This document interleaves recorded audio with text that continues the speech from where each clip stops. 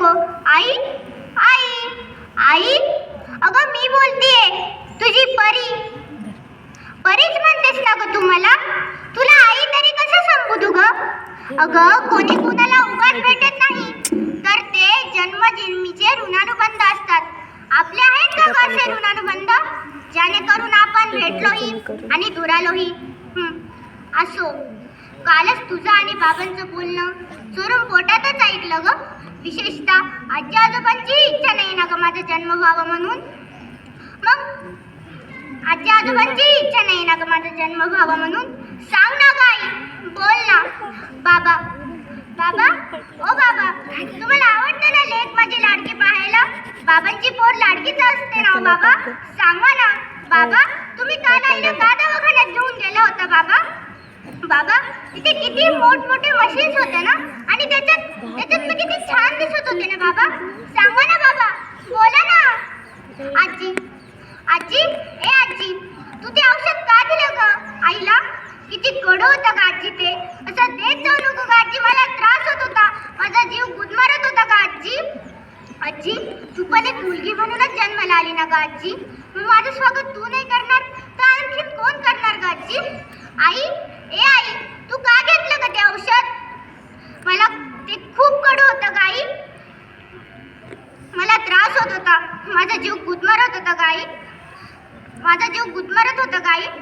आई, जन्माला घालून तर बघ एकदा, तुझे रूप पाशील माझ्यातन एकदा, तुझे रूप पाशील माझ्यातन एकदा.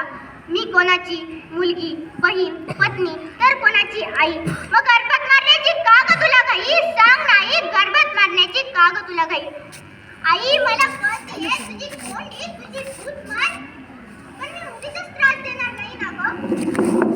परत आता म्हणशील तर मी अजिबात त्रास देणार नाही. मला नवीन कपडे सुद्धा नको ग, मी त्याचे जुने कपडेही वापरेल, शाळेत जाईन त्याची जुनी दप्तरही वापरेल, त्याची जुनी खेळणी खेळेल. मी शिकून खूप मोठी होईल आणि माझ्या हुंड्याचीही तयारी करेल.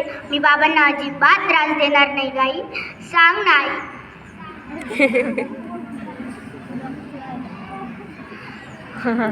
नुसतं श्रीबन आता थांबू काय होणार? मुलीच्या संरक्षणाची जबाबदारी घेणार तरी कोण? अशा वेळी मला गजर व्हावं वाटतं. या झोपलेल्या मनातला लढा माझ्या अस्तित्वाशी विचारायचा आहे, माझ्यातल्या अस्तित्वाला आणि रेणुकाला सुद्धा, की आजवर आपण नटलो, यात आपण खरंच समाधानी आहोत का? नाही ना. अगं, आपली आत्मशक्ती हाच आपला अलंकार. चला तर मोडून टाकूया अन्याय अत्याचारी मनगटे, काढून टाकूया अंगावरील बंदिस्त बंदराचा साथ. तर आता रडायचं नाही, आता लढायचं. ऐक मुली तुला सांगते, ऐक मुली तुला सांगते, पिंजऱ्यातच आता फडफडू नको. ऐक मुली तुला सांगते, पिंजऱ्यातच आता फडफडू नको.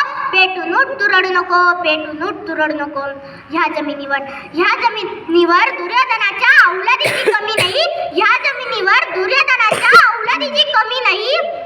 वाचवायला येईन कृष्ण कुणी याची सुद्धा हमी नाही, वाचवायला येईन कृष्ण कुणी याची सुद्धा हमी नाही.